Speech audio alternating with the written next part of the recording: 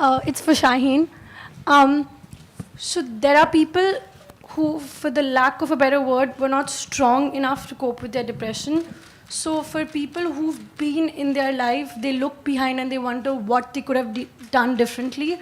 And I know Alia struggles with that too, with you. Like, do you leave a person, or do you tread lightly? Are you meant to be intrusive? You don't know the right way.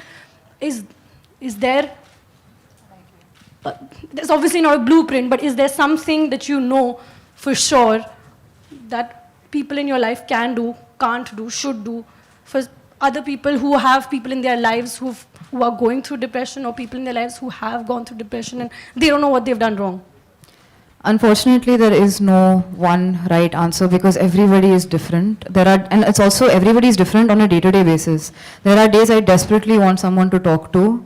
There are days, if somebody asks me a question, it makes me feel worse. Having to answer, how are you feeling, makes me feel worse.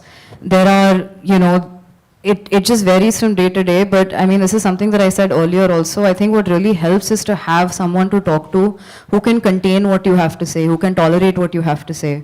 I'm very lucky I have friends that encourage me to talk to them, and their responses are always that of being able to contain what I have to say. They don't get overly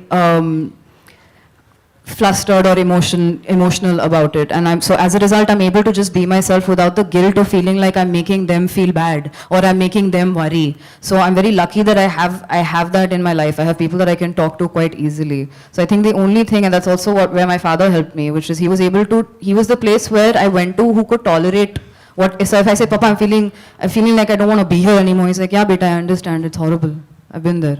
It's not, oh my God, oh my God, what are we going to do? He's sitting there and he's listening to me and he's saying, I get it. And as a result of that, I feel like I have somewhere where I can go, where it can be, where it's a safe space that somebody can hold it. So that's the only thing I feel has really helped me.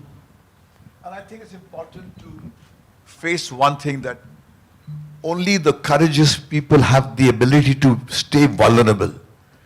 And when you're vulnerable, life touches you. People who are egoistic are frightened of being vulnerable. That's why they create these defenses. I think that's what it's all about. And all great art, music, great writing. It's only when Shaheen got completely vulnerable, she could write like this. And you don't have answers. And the ability to listen. I think the most important thing what Shaheen said was about her friend, Namita, that she would just call up and she would cry. And then after half an hour, she said, are you done with crying? The very fact that somebody across the line listening to you as you cry. So you don't really want answers. There are no answers. There are pretenders who claim to have answers. Papa. And they institutionalize those answers. And they impose those answers with the butt end of a gun. Or make it a religion.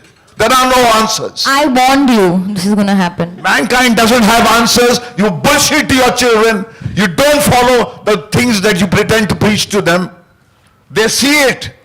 I have never pretended to my children that I was in possession of the virtues that people flaunt. That's why they feel that they are not misfits with me. I am a misfit at 71. I can't expect a young little girl to fit into the sick world where brutality is legitimized. Papa. So nothing is wrong with you, darling. Nothing is wrong with you.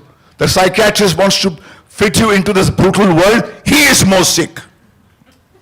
Papa.